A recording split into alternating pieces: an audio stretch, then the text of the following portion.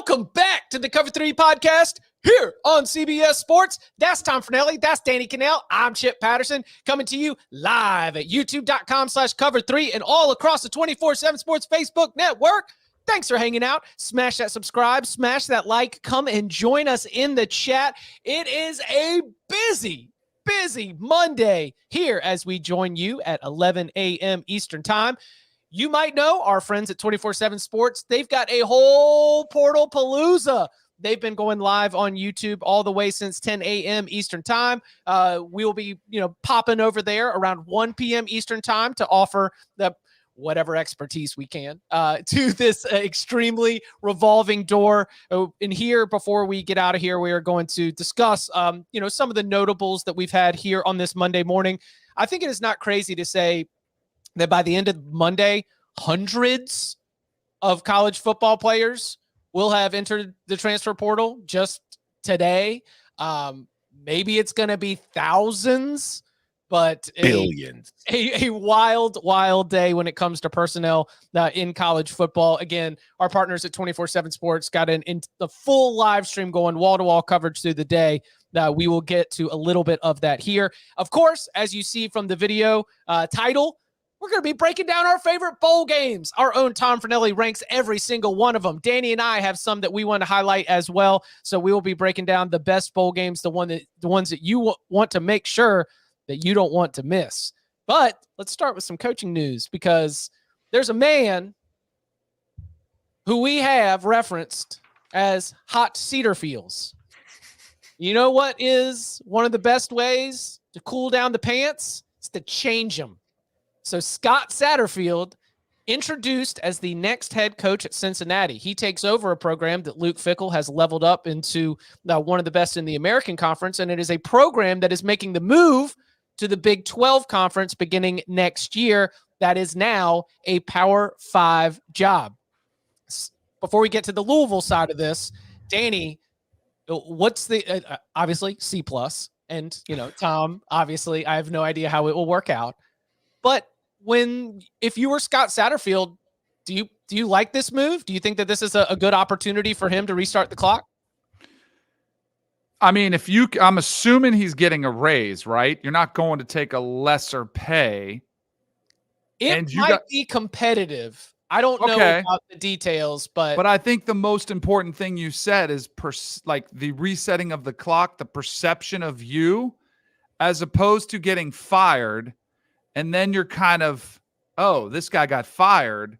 If you leave of your own accord, I think that's a better move all the time. Yes, you would like to be able to stay and turn that narrative around yourself. But if you can change it and leave when you can, I mean, let's be honest. This relationship has been dicey ever since he flirted 2 years ago with another. And he was a little too honest with everybody by putting that out there. But it just seems like the relationship has been fractured since then. Yeah, if you can parlay this season where, if it was 8-4, I think we're having a totally different conversation, but it did come up short of that in that loss to Kentucky. If you can parlay it, but here's the thing. I don't think Cincinnati's a better job, but I think it's the smart move for him to make. Does that make sense? Oh yeah, without a doubt. Yeah, no, it's strange. It's unexpected, but at the same time, it's not surprising because, like you were saying, he's interviewed for other jobs. It has felt like for the last couple of years that if another opportunity arose that Scott Satterfield found desirable, he was probably going to jump at it, unless things changed and went really well at Louisville. Because I don't know what it is, but clearly he was never super happy with the being there after he took the job. So I think with Cincinnati moving to a Power 5, that obviously helps make it more likely to happen, because you're not going from a P5 job to a G5 job anymore. You're going to be joining the Big 12. You're joining a team that has shown it can get to the college football playoff. Now, there's an uncertain future about it in the Big 12 because you don't know what it's going to be like in that entirely new landscape. But it's good for Satterfield. I don't know if it's the most logical hire on Cincinnati's part. Like, again, it's a good hire. I have no idea if it'll work out. But when we were talking about candidates for this job after Fickell left for Wisconsin, I thought there were a lot of really good names that made a whole lot of sense. And nothing against FAU, but for Tom Herman to end up at FAU when Cincinnati was available, that tells me Cincinnati wasn't all that interested in Herman.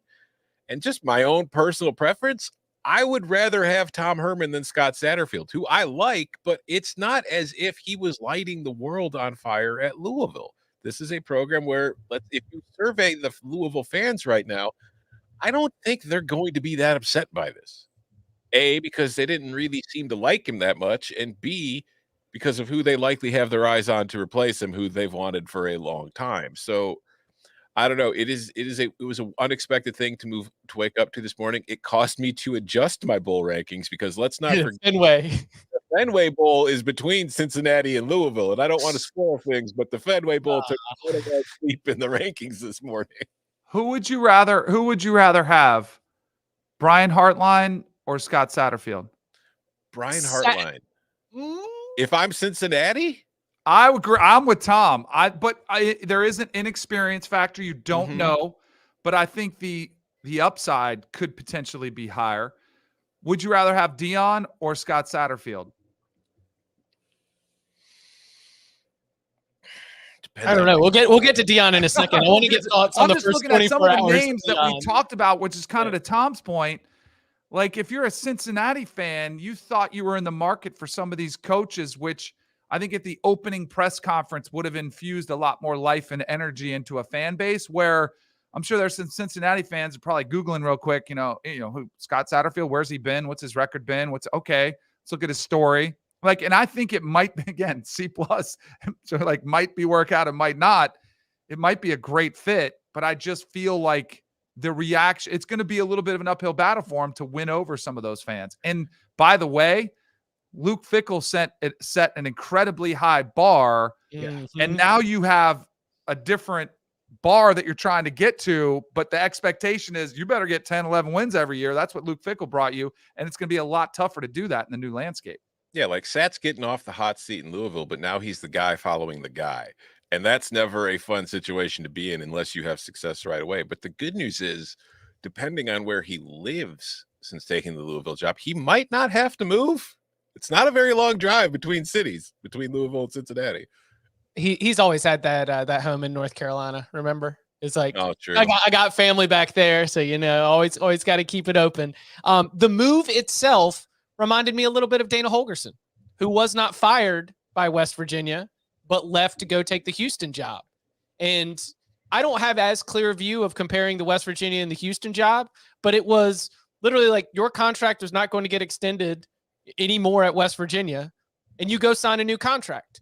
And at Louisville, I don't know, Scott Satterfield had a pretty good recruiting class, which I imagine is not going to, hold together quite as well. And unless, depending on how quickly they can move to replace him, he had probably the sand was starting to run out of the hourglass. And now he legitimately starts with an entirely full, brand new contract, brand new set of expectations. He moves ahead, stays ahead of the firing squad. From Scott Satterfield's perspective in his own career, I understand the move. I think Louisville's a better job. I think Louisville is a better job because that you've got more resources. I think that when you look at that community, they treat both the football and the basketball programs like the professional, the professional franchises of the city of Louisville. I think that their NIL operations probably well stocked, and seems as though Cincinnati is going to have to really ramp that up to be able to compete in the Big 12.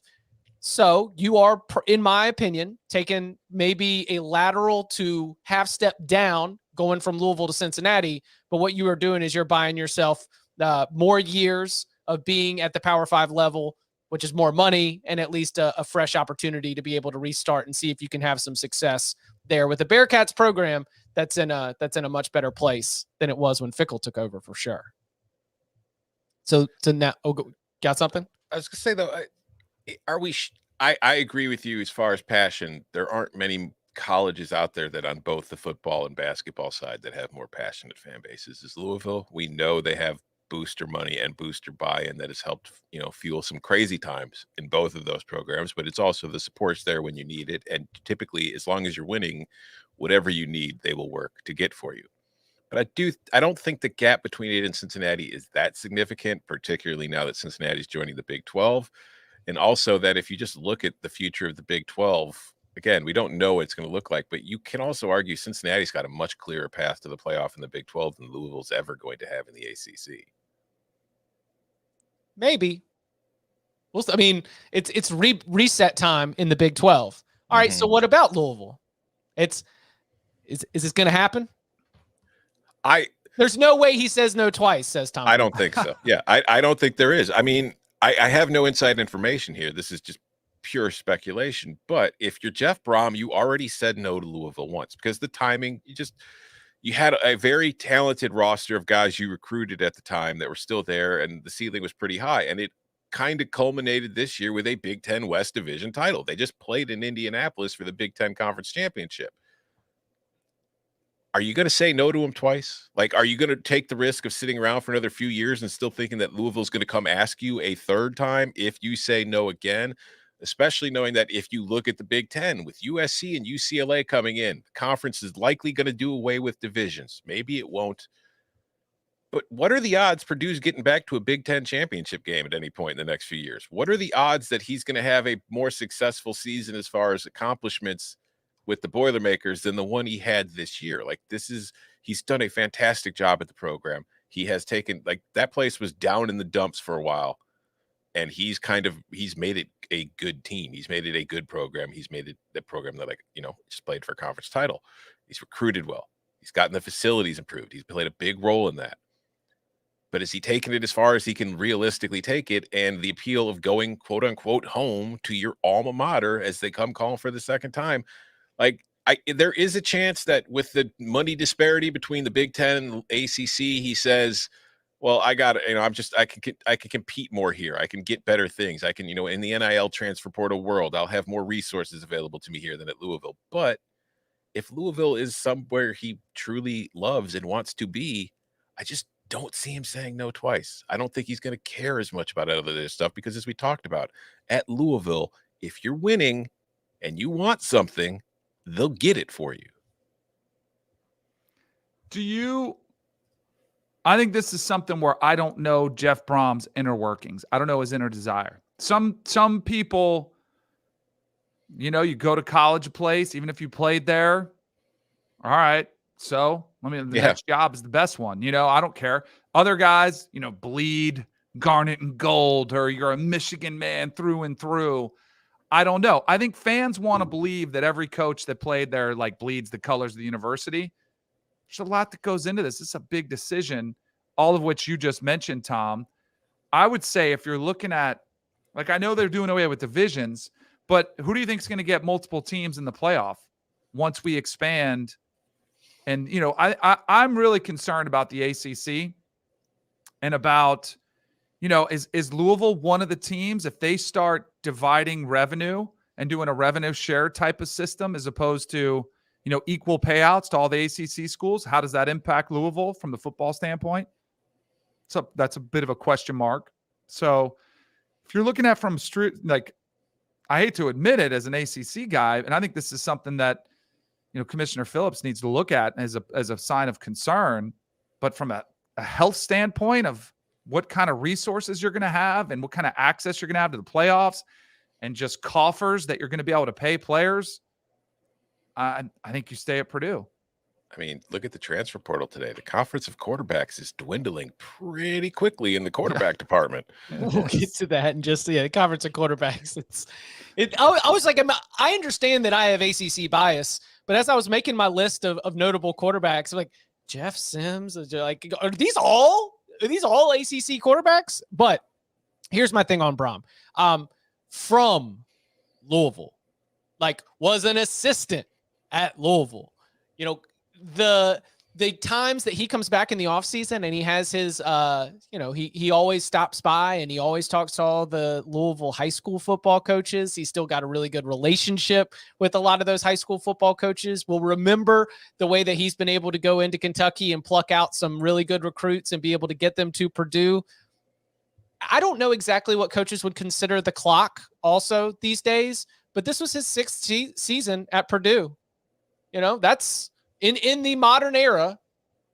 That's a long time. By the time you get to like 7, 8 or so, either, you've established yourself as like an all-timer for the program, or fans are going to start to get a little restless. Tom, you mentioned they just played for a Big Ten title in Indianapolis. Like, is that as good as it's going to get? Can you look Purdue in the eye and just say, like, look, this has been an incredible experience, but I think that we've done what we can do here, and now is the time. The timing almost feels perfect for Brom to be able to make this romantic, emotional decision to a job in a conference that is lesser in terms of resources, that will probably have less teams in the college football playoff, but to one where you are going to be able to activate that university and that city to get whatever you need. There will be no pushback on admissions. There will be no pushback on resources. Any obstacles are gone just by mentioning the name Brom around the Louisville community. So I would understand it. I feel like it might be done by dinner. Does Malik Cunningham have another year of eligibility left? You would stay just because Brom would unlock a amazing. Just selfishly, I would really like to see Malik Cunningham play for Jeff Brom. I would really like to see what they did together, because I think that would be very entertaining. Other sort of coaching news here in the last 48 to 72 hours. We've got North Texas firing Seth Luttrell. Liberty hires Jamie Chadwell officially. Coastal eyeing NC State offensive coordinator Tim Beck as the replacement. USF makes the hire of Alex Golish, the offensive coordinator from Tennessee. Tom Herman officially introduced at FAU. And Deion's had quite a 24 hours as the head coach of Colorado. Danny, what do you make of Deion's? Because obviously the cameras are rolling. Yeah. And he has made quite an impression already, including introducing his son as the team's new quarterback, QB1. Competition over. And so I guess they say every job is open when there's a new hire in town. Not in this case. What do you make of Deion's first 24 hours as the Colorado head coach? So, lot to take in, right? There's been a lot to take in. I love it from a content perspective. Like, it gives us a ton to talk about. I think, there was I watched the whole, 8 or 9 minutes in front of the team, when they had the cameras following him. Mm-hmm. I thought his message was one that I've heard a lot in different locker rooms, probably primarily skewed towards an NFL locker room where it's a little bit more cutthroat. Hey, I'm keeping guys that I want, and if you ain't good enough, you're getting cut.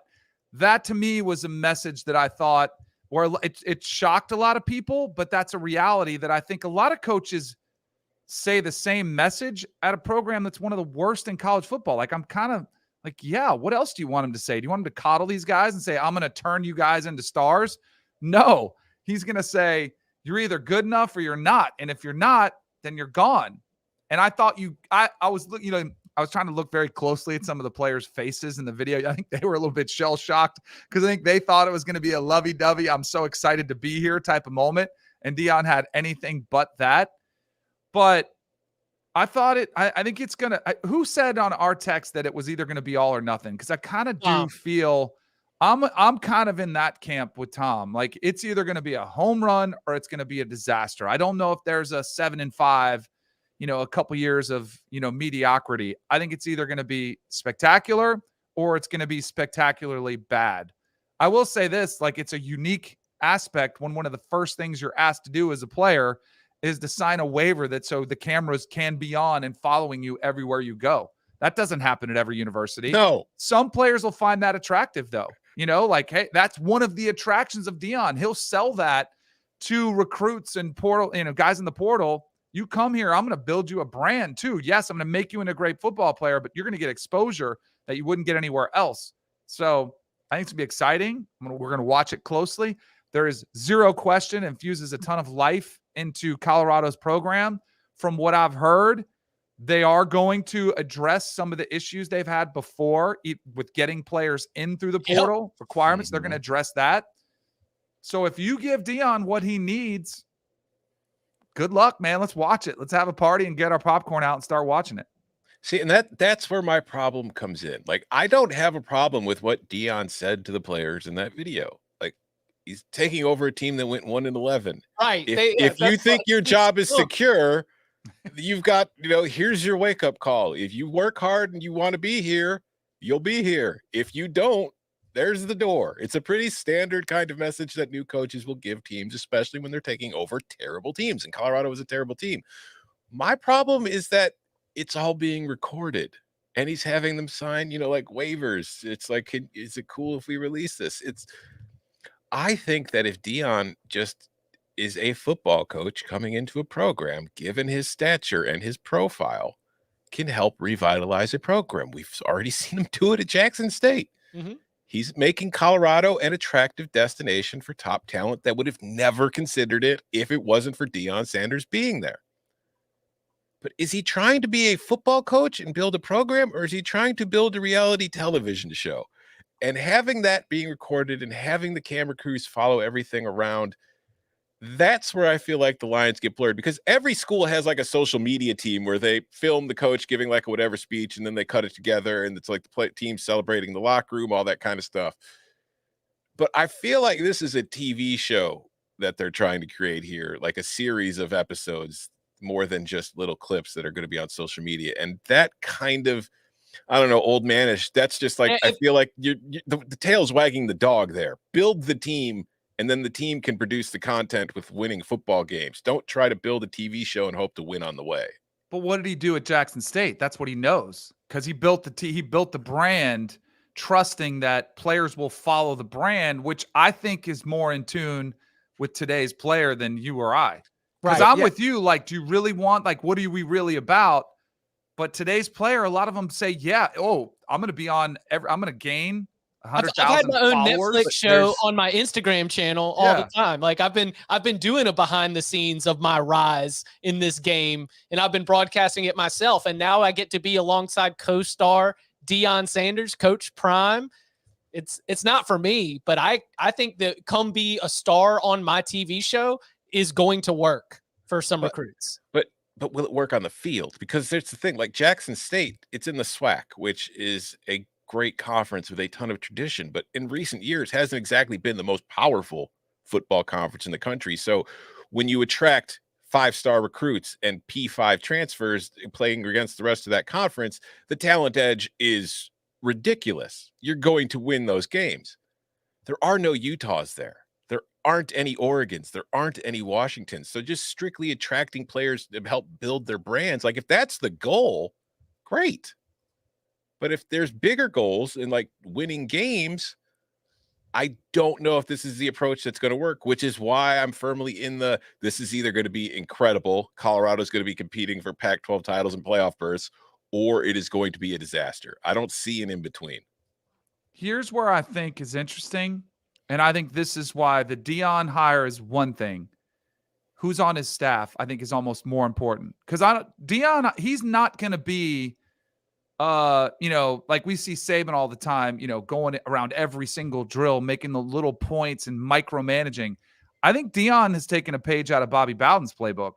And I think where Bobby Bowden, one of the things he learned, it might have looked completely different, but Bobby knew the value in building a brand. Right? I mean, he built the brand of Florida State, and he did it by, playing anybody anywhere, and, by doing a TV show that was, one of the first guys to do it. I mean, a lot of coaches have done it, but he was one of the first to really embrace it.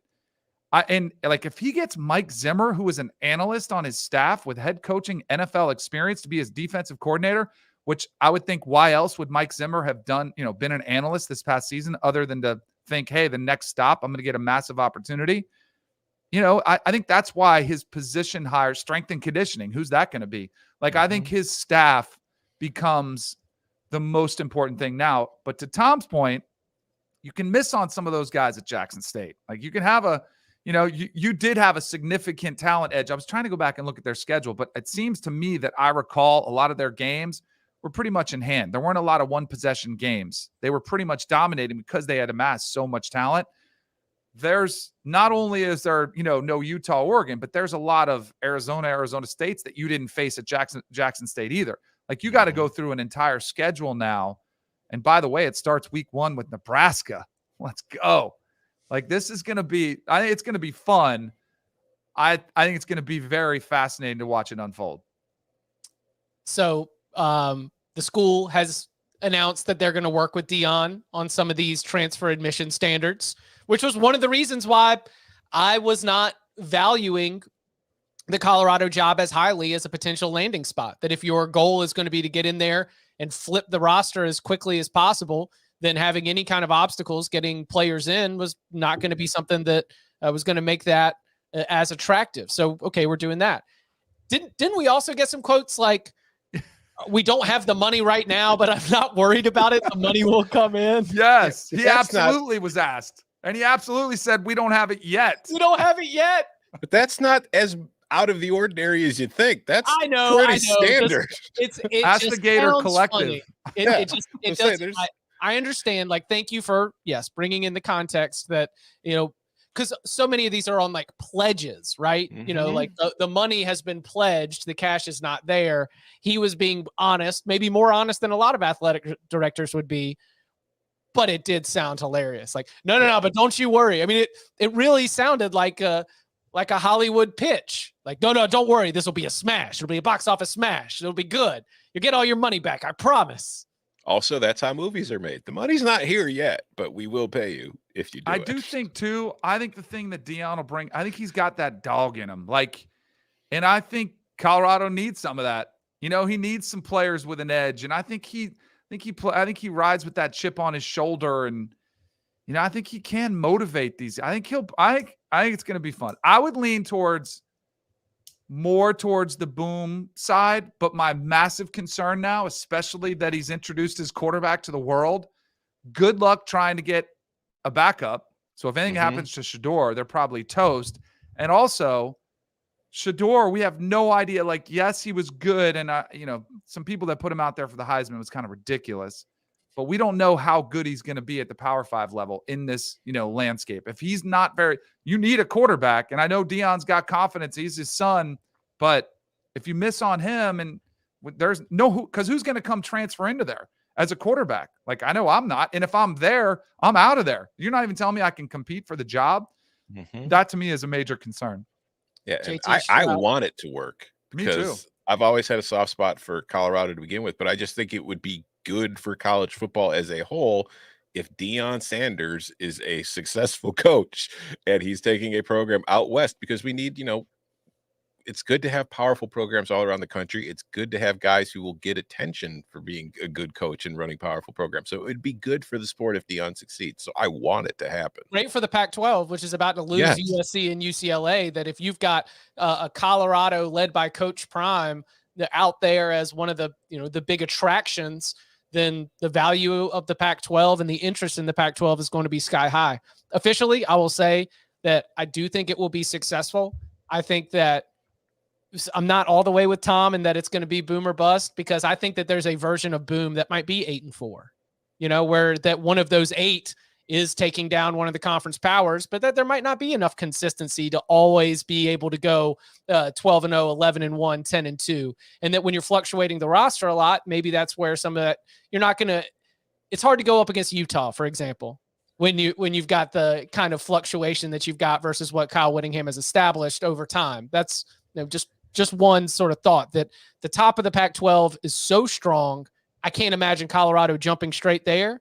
But I think that Colorado, under Deion Sanders, will very, very quickly jump out of the bottom of the Pac-12 and find itself competing to be the 4th, 5th, 6th best team in the conference. But let me ask you that, if Colorado's going 7-5, 8-4, 9-3, how long do you think Deion's sticking around to go 7-5, 8-4, and 9-3? I don't know. I can't know that. This has happened very quickly. We just introduced him at the Power 5 level. We got to at least see what happens, right? I just pulled up. I think their first home game is Nebraska. I'm looking at their 2023 schedule. It says on the road against TCU week 1. Yeah, because they hosted TCU. Yeah. So they're jumping right in right into the deep end. Mm-hmm. TCU and Nebraska right off the get-go. That I hope they put that, like on the opening weekend. They don't have a date announced for that yet. Maybe they could change it. I hope that's like the Sunday night game, Yeah. So we can all just watch it. Just all hold hands and just But take it all in.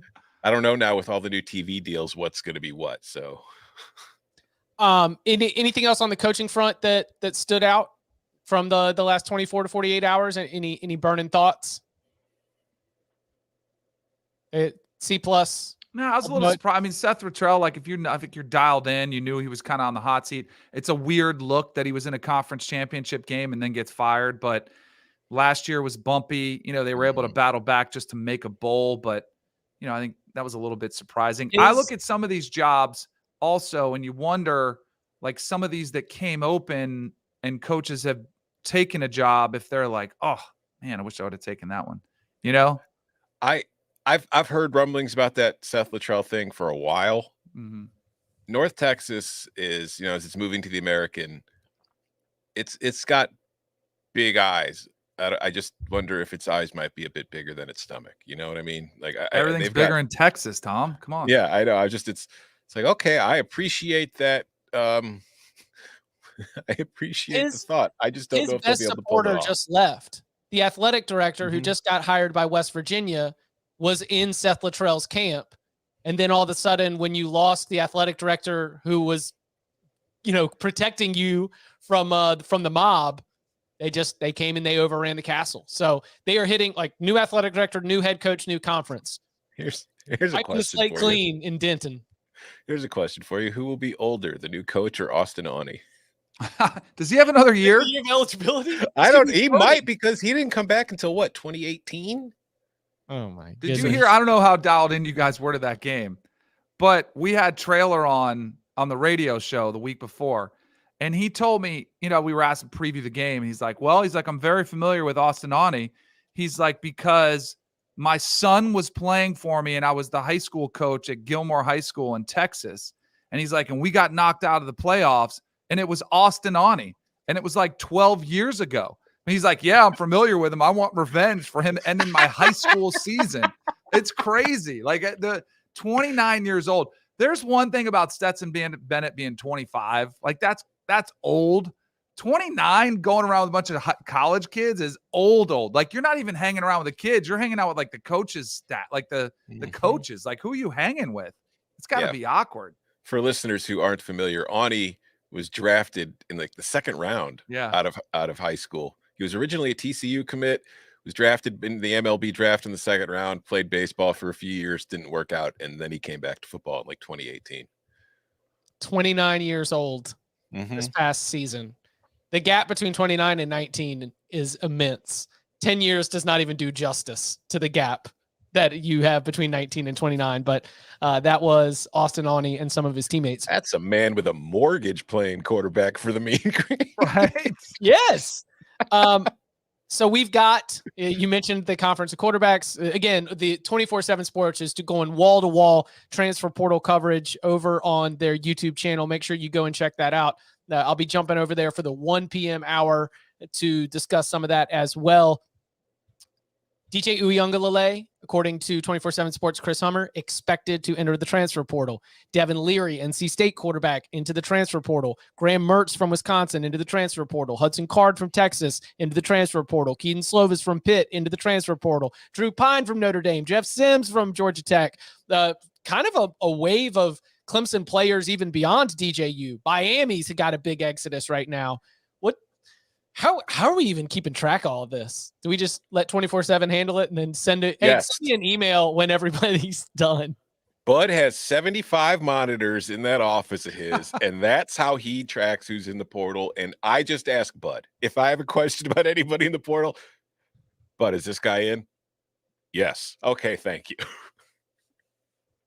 We do have a pretty good tracker, right, at CBS Sports. That's the one I use. The one, yes, and you have the option of latest versus highest ranked. Right. You said, how do you track it? I was talking to Houston Nutt about this, you know, coach in the SEC and worked with me up at CBS. He, you know, how do you, like, I don't know. That's why we have guys like Barton. I mean, that's why Barton Simmons' position was created. General managers, player personnel directors, which also, by the way, have always been around at the NFL level. All of a sudden, they have to create positions. So there's an entire staff that knows, all right, we had relationship with this guy in high school. We almost had him. We lost out to him. We've been keeping an eye on him. So I think you have, I don't know if you guys have, I'm sure you've seen it when you watch the draft on, NFL Network, when you see the wall of names that's up there, they've got them in every college at some room, and it's just plastered with names, and they probably prioritize, all right, this is our first calls. But I just think it's fascinating. Like, there are going to be some surprises, and all of a sudden, like, you come running in with that nameplate, and it's like, oh, boom, that goes right to the top. We got to go get this guy. It's wild. I honestly don't know how. I think it's going to cause, and I think we saw it this year, I think it's going to bring a lot of parity. Did you see what happened with the UCF Tulane game? What happened with Mikey Keene? So John Rice, he had been splitting time with John Rice Plumlee, right? Since Rice Plumlee got hurt, and he was playing pretty well. They were winning games. They're playing in the conference championship game. He's not dressed out. Not dressed out because he wanted to preserve his eligibility. So he didn't play more than 4 games, and so he's like, "Nah, I'm good." Where they needed him, Rice Plumlee got knocked out, and they were in trouble, and it cost them the game. And then Mikey Keene after the game, I'm in the portal. Like, he wants to go have another year somewhere else. It is wild what's happening. I know we say it all the time. I just don't know if we ever fully appreciate exactly how nuts it is. It's the Bud released a short on this I think a week or so ago. Like, this transfer portal in particular is going to be nuts because these are recruits from the 2021 class, whatever, the COVID year, where coaches did not really get a chance to see these kids. It was kind of video scouting for a large part. And it was the last recruiting class before NIL became a thing. So none of these kids have had a chance to, secure a bag for themselves in the recruiting process. So everybody's entering the portal with big dreams. How many of them will actually be able to achieve them? I do not know, because that is a lot of quarterbacks in the portal. And I don't know how many teams are desperate to find a quarterback right now. I mean, everybody wants one, but a lot of them already have guys. That's what I'm curious to see, because I feel like fans are window shopping everybody else's roster right now. Everyone believes that they have an unlimited war chest of NIL and they're just going to be able to go and get somebody. Coaches are going to be the ones that actually have to do the dirty work and get these players to get out there and commit. A lot of quarterbacks out there. How many of them are even going to be starters when they land at a new place? Because I just don't see enough positions right now where all of the hopes and dreams are going to be realized. You guys know Noah, who we work with here. He's a producer at CBS Sports HQ. So I have to do the show on Monday afternoons, and we're doing a transfer portal segment. And, I'm used to doing this in the NFL, and I don't really like it in the NFL, but it's like best fits. And so he asked me to give best fits for DJ Uyunglele and Graham Mertz. And I don't want you guys to know what I replied. Back up. Where do you want me to put them? I'll put them anywhere you want, but they're going to be holding the clipboard, I say that, and yet there's a Michael Penix out there who totally, now he rejoined with Kalen, so maybe you can find those ties. And this is why players do it, because there are success stories that gives them hope that says, oh, I could be that guy. I would just love to know the risk reward, like the success failure hit rate. Like, is it 50% that hit? Is it 30% that hit? Like, you go somewhere else and you succeed and you're happy, or I would guess its failure rate is higher, but I don't know, because there are a lot of examples. Joe Burrow, I mean, the list is really long of success stories, but compared to the number that are in the portal, like, it's pretty, I think you'd have a page of guys that have transferred and didn't play, and you'd have, a pretty select group that you'd say, oh, these guys had success. When Everett Golson showed up at Florida State, we were like, okay, let's go. And it was like, all right. But it wasn't like fulfilling all of the dreams of the best case scenario of leaving Notre Dame, showing up at Florida State, and having that work out. Yeah, exactly. Yeah. I don't know the hit rate, but I saw the stat on Twitter the other day. Like, I can't remember the exact number, but since the portal was created, only 40% of the players who have entered the portal have found homes. Now, granted, the ones we hear about are the names we already know, the names that have entered the portal of players that it's like, okay, we know they're going to end a job. And a lot of those guys are guys that probably weren't playing where they were, and maybe were just entering the portal and then their careers ending. They were just trying to see if there's anything out there, but still, only 40% of the players who enter the transfer portal find a new spot. All right, let's get reckless with it. That's just find a roster, right? Yeah. That's Yeah. not Let even going alone to be a succeed starter. when you get it. Yeah. The list though includes walk-ons, right? Mhm. That's the what I'm list saying. so- There's like a yeah. ton of guys in there that nobody's ever heard of, that nobody ever expected anything from. But it's not always a spot for you when you enter. DJ wearing blue and gold. I mean, That's UCLA or That's Oregon. what I put in my email. Oh, That's what we're doing. Little tease for the show. I mean, we just like Dorian. He does not have the exact same skill set as Dorian Thompson-Robinson, but Dorian Thompson-Robinson is another big quarterback who can get out there and move. And so it is very easy for my brain to be like, I could see Chip Kelly looking at DJU and saying, yes, I can make it happen with him.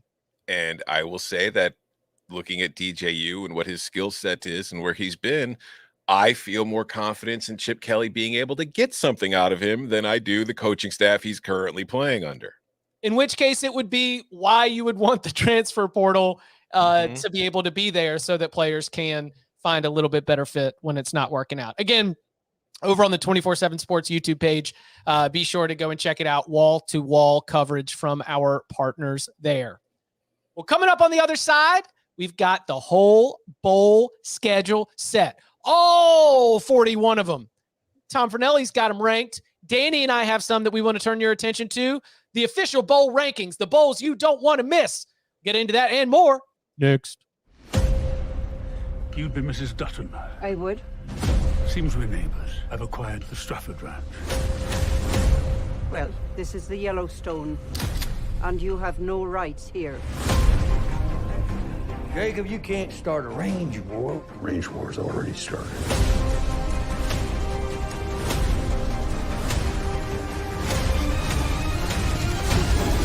.23 new series streaming December 18th exclusively on Paramount Plus. All right, full bowl schedule is set again. Tom Fernell, is the story live yet?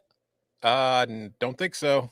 Oh, I've been looking for like the past 10 minutes, like trying to find your article. Like, Saying damn it, I don't want to know last year's bowl games, how they ranked. Saying, no, we got some lazy editors. That's all I got to say. I I mean, if I could write 9,000 word bowl rankings in a matter of hours from when all the games are announced, and then before we got to get it up on Sunday night, just saying some editors could maybe edit it. So when we are looking at the entire bowl schedule, obviously you're like Georgia, Ohio State's a banger. Like, not only is it a college football playoff semifinal, but it's Georgia and Ohio State. Tom, is that number one? Number one.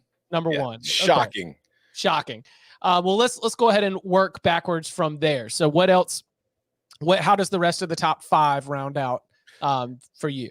Number one is the Peach Bowl between Georgia and Ohio State, and shockingly, number two is the Fiesta Bowl between Michigan and TCU. Now, just to clarify, like, these rankings are not scientific, although things like my ratings for the teams, totals, spreads, that kind of stuff does come into play because, you know, a 2-point spread in a game with a lot of points will probably be more attractive than a game that's projected to be a 14-point spread with a low amount of points. So, but mostly this is some numbers and a lot of vibes and just interesting matchups. So the playoff games are 1 and 2. Number 3, I've got the Rose Bowl because I think Utah-Penn State could be a very fun game. Utah's the only team that beat USC this year. Penn State's only 2 losses have come to Michigan and Ohio State, and it has worked. Everybody else that it has faced. So I think it might not be all that different from the Rose Bowl we had last year between Utah and Ohio State. So I'm really interested in that one. Number 4 is probably going to surprise some people. The Cure Bowl. Number 24, Troy versus number 25, UTSA. The Sun Belt champion versus Conference USA champions. But it's also a very interesting matchup between these two teams in what should be a very entertaining game. So you don't think of the Cure Bowl as being like a top bowl game, but I'm telling you, it's going to be one of the best bowl games on the schedule. And at number 5, I've got the Cotton Bowl, USC and Tulane. I just think that USC's offense, I'm going to want to watch it. I'm assuming Caleb Williams is going to be playing because he's not draft eligible. And then I look at Tulane, Ty Spears, one of the best running backs in the country. I think most people aren't familiar with, going up against that USC defense. typically when you see USC versus Tulane, you're probably thinking that's going to be a blowout. I don't think this is going to be a blowout. I think Have this you is seen going to the be spread? I think it's 1.5 to 2 points, right? Yeah, I saw USC favored by 2 against Tulane. This is a USC team that has not even won a bowl game in like 5 or 6 years, back to 2017 for the last USC win. This is the first major bowl game for Tulane since 1940, the end of the 1939 season. I've got that Cotton Bowl so high on my list. Yep.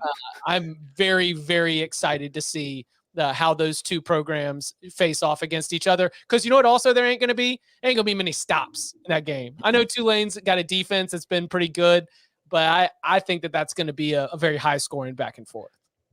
So I did not have this one quite as high for 2 reasons. One, Caleb Williams, if he doesn't play, dramatically different looking game.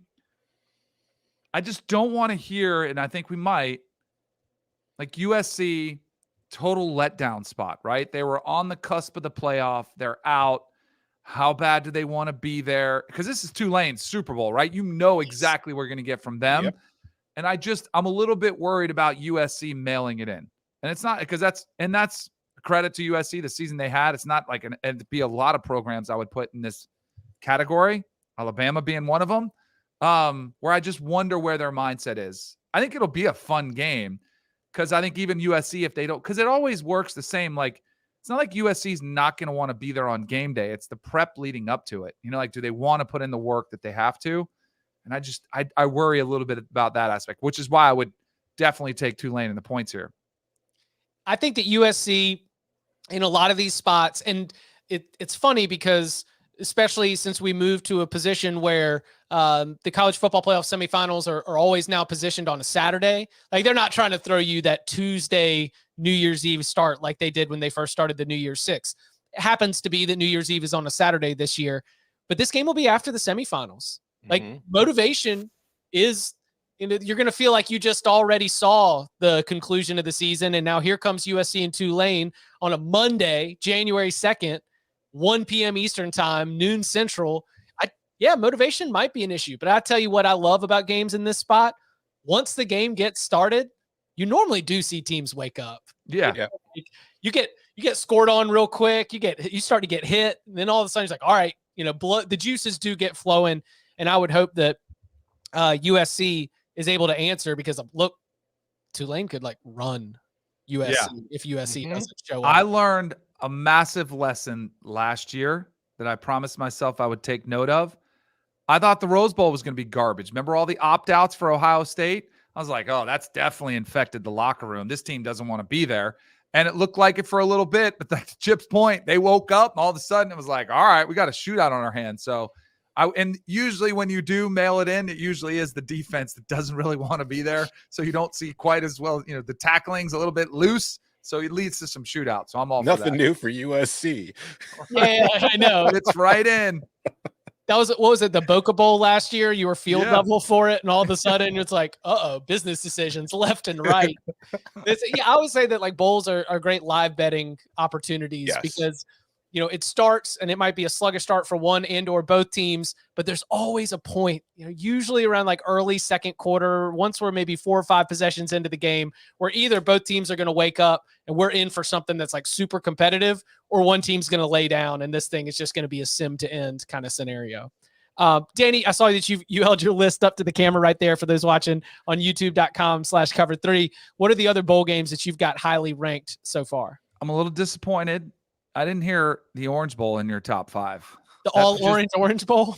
Oh, yeah. It's the literal Orange Bowl. I like it for so many different reasons. Like, one, I think you're going to see a lot of offense. Even without Hendon Hooker, Joe Milton, Jordan's already fired up for this one. I was on with Barrett Sallee, and he said that's his biggest lock is Tennessee in this game. And I was like, all right, I'll side bet you on this one if you want. Also, just the whole dynamic to Cade Klubnik. Like, if he goes out there and balls, which I expect him to against this Tennessee defense, which isn't great versus the pass, like, does that just – because, man, this has got to be a rough go of it for Dabo, who dug his heels in for 2 years. And now you got a glimpse of what everybody thought could happen, and you didn't want to see it. Like, that aspect is really interesting. So I kind of like that. Like, there's just a lot of different storylines to this game. I think it's going to be fascinating. Did you see Mac Brown say that they weren't prepared Yes. for trade Klubnik? Yes. Mhm. He's like, we didn't think he was going to play and we didn't want him to play. We're like, we were going to win. He basically said, I mean, it was kind of a roundabout way of saying DJ sucks and we wanted to face him. Right? Yes. Yeah. But also that the staff had not prepared for the potential of them Right. going to the He's been so Suns. stubborn. There was no way he was going to change quarterbacks. Even though he's been awful, we thought we were going to see him no matter what. The other game is, and this is obligatory, but Florida State is playing Oklahoma in the Cheez-It Bowl. Dusty, the Danny Dusty yeah, Bowl. we're gonna have. Yeah. We got some side action on the radio show between me and Dusty.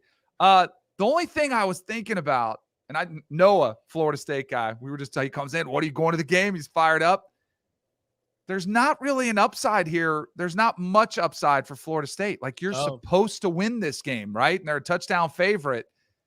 I think they will. But if you lose, you carry away all that momentum that you had into the season. And for Oklahoma, they're pumped. They got a better bowl than they probably thought they would get. They got a chance to beat Florida State. Like there's a lot more incentive for Oklahoma to win, play hard in this game. But I do think I've already seen some guys at Florida State that are opting in as opposed to, taking off. So I think we'll be in good shape. But I think it was up there on my list too.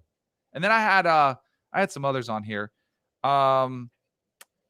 I had Texas, Washington. Yeah, that was a good game at the Alamo Bowl. I had Notre Dame at the Gator Bowl. Notre Dame versus South Carolina. Let's see, because Notre Dame owned the ACC, right? And let's see if they can push around South Carolina. South Carolina finished on such a high note. Very curious to see how that game unfolds. Did you do you have the T-shirts made up for Cox versus Catholics? Not yet, but I'm gonna buy one. That's for sure. Cox versus Catholics in Florida, coming to you live in Jacksonville. Now I got to go to confession. Yeah. Tom, what are some of the other ones on the bowl rankings that you want to make sure we highlight? I have the Orange Bowl 12. I have the Cheez-It Bowl at 11. I actually have the Gator Bowl at 22, simply because I don't know who Notre Dame's quarterback is going to be. Drew Pines in the portal. Buckner's out for the year. Who knows? Maybe a transfer will get in before then. Rounding out my top 10, I got the Holiday Bowl. I think Oregon, North Carolina could be a lot of fun, just because, kind of like the Tulane USC game, I don't expect there to be a whole lot of stops. I like the Las Vegas Bowl between Oregon State and Florida. I've got that at 7, but if Anthony Richardson doesn't play, that really does impact that game. Sneaky bowl game, 2 unranked teams, the LA Bowl, Fresno State and Washington State. Jake Haener, Cam Ward. I'm going to tune in for that. And then you mentioned the Alamo Bowl. I got that at 9. At number 10, not a homer pick. ReliaQuest Bowl, Mississippi State, Illinois. Styles make fights. Air Raid versus Illinois secondary. Yeah. I'm really interested in seeing how that plays out. And I think Mississippi State, too, defensively, stout against the run, going up against Illinois' strength on offense. It's going to be an interesting game. It's in Tampa on January 2nd, so it's kind of annoyed that Illinois is in a Florida bowl game. And it's in Tampa, which is where my dad lives. But because of work, I can't go to the damn game. I mean, you could if you just want to go post up, take the whole studio on the road. True, yeah. Just post up in my dad's crib. Yeah, I don't know how happy he'd be about that. Okay, so always one of my favorite bowl games is the Duke's Mayo Bowl. There's just a bowl game that's close to my heart. But how about NC State and Maryland?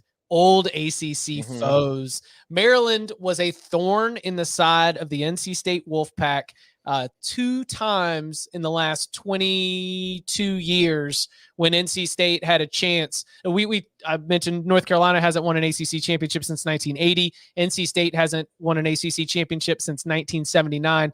The Wolfpack never even got an opportunity to play for one in the division ACC championship game era.